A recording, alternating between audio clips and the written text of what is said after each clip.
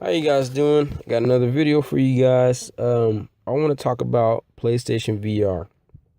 I got one at launch, and I've been slowly playing through the demos, and I have a couple of full games that I've gotten about halfway through. Um, so yeah, let's just get right into it. Um, the thing is amazing. I mean, when you put it on, you feel like you're really in that world. You're really in that space. Um, I can't describe the feeling, but other than you just really feel like you're there. The resolution, is you could definitely see the resolution is lower than what you would expect from what you would see normally on TV when you're playing a game on PS4. But it still looks amazing. It's easy to overlook that. That has that. A lot of people talk about that screen door effect that you see right in front of your eyes, like you're looking through a screen door.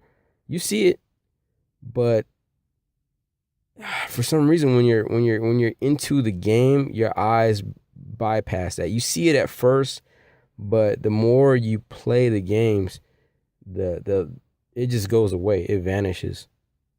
Um, unless I think you try to like notice it. But I'm so into the game when I play, I don't even try to notice anything like that. Um, what else? Motion sickness. A few of the games kind of made me feel sick. The worst game was Drive Club VR.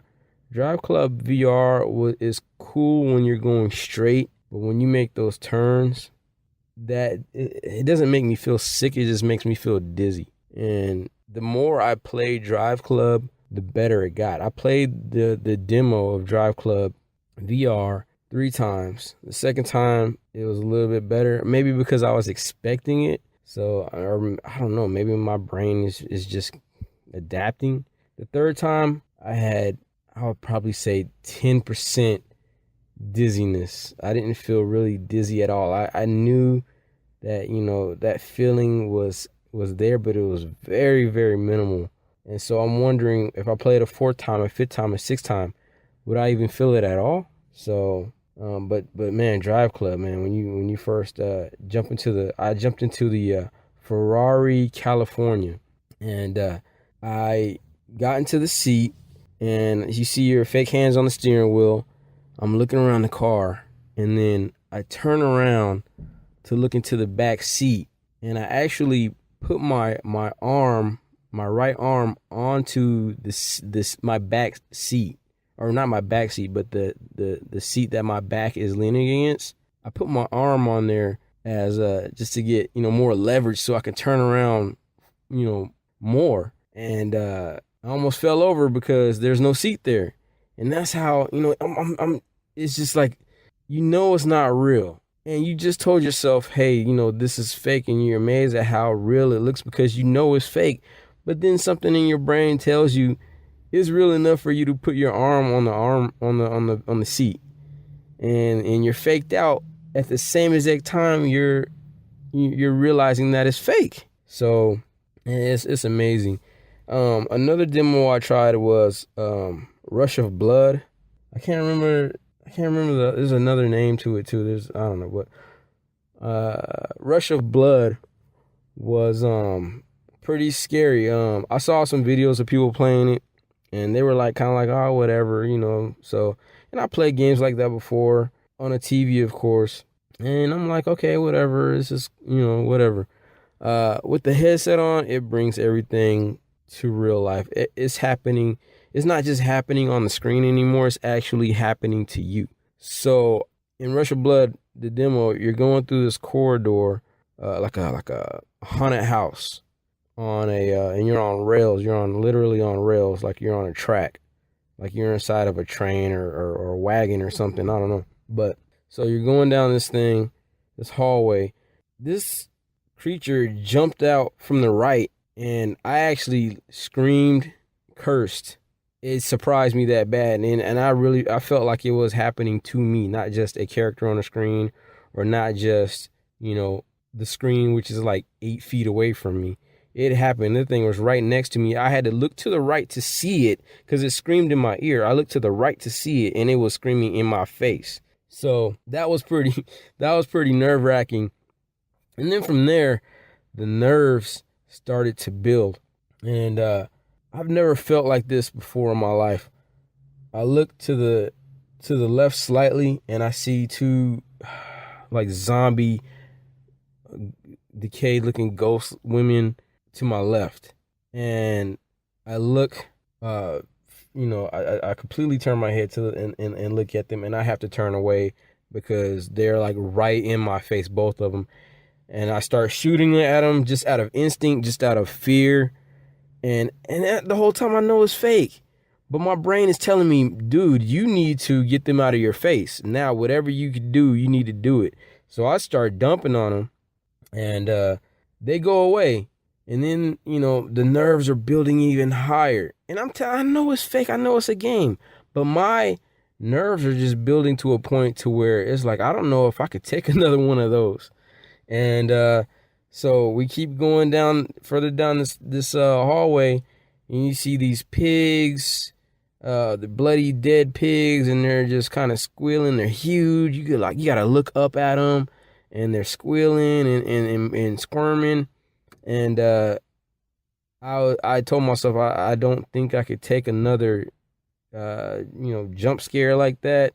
I'm not in the mood for that right now. So I had to take the headset off, and that was the first time I've ever had to stop playing a game out of fear, or even a movie or anything like that. It has never affected me like that before, and that was pretty amazing. So I'm looking forward to going back into Rush of Blood, building up the nerve, and getting my chicken butt back into Rush of Blood and finishing that demo. And I went to Best Buy the other day, and I saw the actual game. The full game is $20, and I was like, oh man, it's only $20. I should get that. And then I'm like, well, I couldn't even make it through the demo. So who am I? What sense does it make for me to get the full game? And if I can't even get through the demo, I can't even get through 2 minutes of the demo. What sense does that make? So I got to finish that demo. And then I haven't even tried the Resident Evil 7 kitchen demo. I haven't even tried that yet. I went through the full demo of the regular game, I guess you would call it. I went through the whole demo of that multiple times, no problem. I don't know, man, about this kitchen demo. I don't know I'm gonna try it eventually, but dang, man. What else did I play? Batman Arkham VR. That game was really cool. I really like that game. Just the graphics are amazing, even on the PlayStation VR with the blurriness and all that going on, the low resolution. It still looks amazing. They did a really good thing, with the teleport system and all that stuff. What else? Going into the Batcave, the grappling hook to move around in the Batcave, and that's about as far as I got is the Batcave.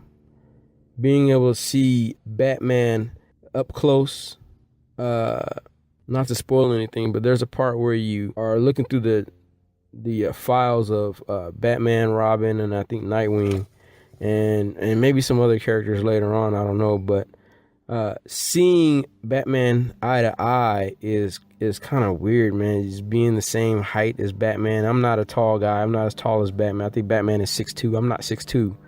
But seeing Batman and meeting him eye to eye is kind of a strange feeling, because my whole life I've seen Batman. Batman is a big guy. I've always seen him as a big guy. So to see him and he's like almost shorter than me is honestly, it's a very strange feeling. Seeing Robin, seeing Nightwing, and seeing them being a few inches shorter than me is just I don't know, but it's pretty cool though. The game is really good, man. Like I said, I've only been like about halfway through it so far, but I could just spend hours. I just spent hours in that world, just looking around and just enjoying picking things up, throwing stuff at Alfred. Just having a blast with that. And the next game is Job Simulator. Job Simulator is a really cool game. the same thing as Arkham VR, just having fun, just picking stuff up, throwing things, and just messing around. The game has a really good sense of humor. They take everything literally. There's one part where this robot asks, he wants to propose to his wife or his girlfriend, and he asks you to burn a romantic CD for him. And by burning the CD, he literally means to burn it with heat. And I thought that was pretty cool, pretty cute, I guess you could say. So the game does the whole game is like this, and it's a lot of fun. It's about robots that are in the future, and they took over the job industry. They took over jobs, like everybody's job, and I guess humans don't have to work anymore. So you're a human, and you're going to this simulation to see what it was like when people had to work.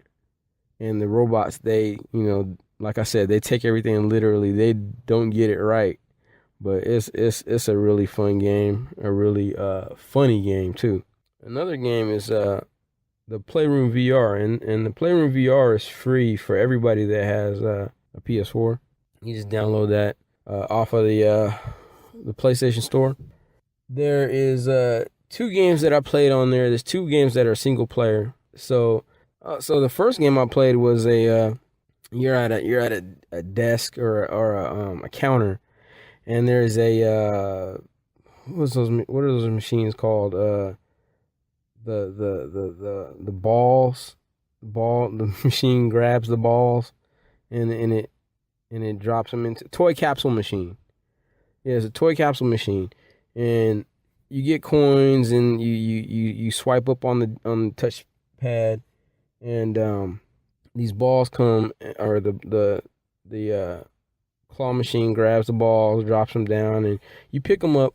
You are looking, you open up the toy, and you get to look at it, and it look almost real. It's really good graphics, really good lighting on the capsule toys, shaders or whatever. But they're really detailed, really good looking toys, and that's pretty much all there is to that toy. Whatever toy you get, it will go up onto the counter in a bigger form for display, or smaller for display.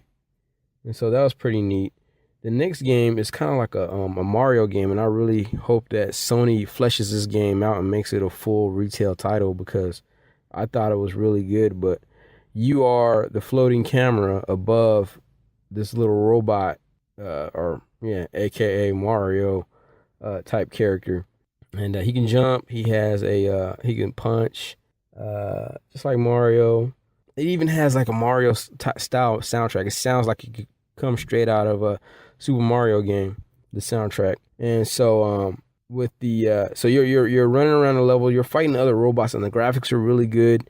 You go through these caves, and then there's little cliffs, and there's gaps. There's no bridge, right? So you swipe up on the controller, you aim the controller at the other cliff, this little point in the cliff where you can link up, and you swipe up, a cable comes out, and when you look at the controller in the game, you can see the little cable wound around inside the controller.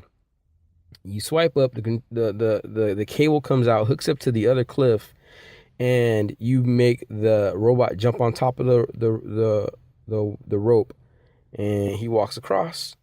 And it's pretty cool, man. That game, when you go through the cave, I guess your head is like knocking on the rocks, and you're breaking down the rocks inside the cave with your big head.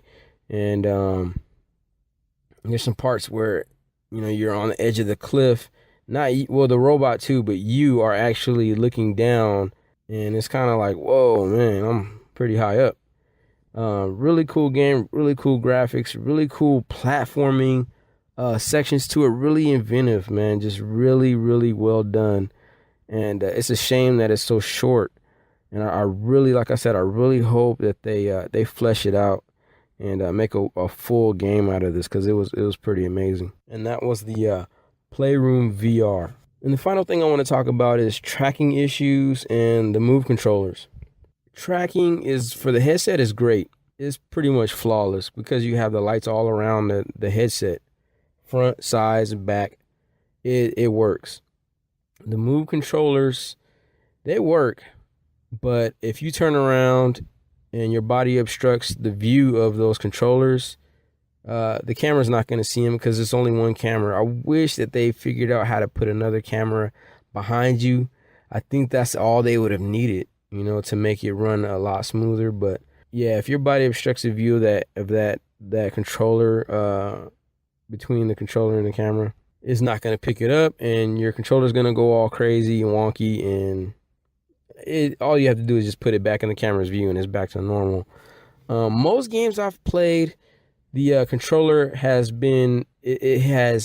stayed where, well, I'm going to say the Move controllers at least have stayed in line with what you are actually doing in real life, so they don't become out of sync with what you're doing in real life. But I found that in the Playroom demos, the controller, for some reason, the actual DS4, is it called? DualShock 4. That controller, for some reason, it starts turning sideways and it starts drifting off to the left, and it's just really weird. I don't know, man. It's obviously a programming issue, because I think that it only happens in the Playroom VR. And the Move controllers don't seem to have this problem. So, and I've also had issues where, and this is normal. It shouldn't be. Well, it's normal, I guess. It's understandable, I should say, is that when I hold the light towards me with the DS4, the camera loses their tracking from the controller.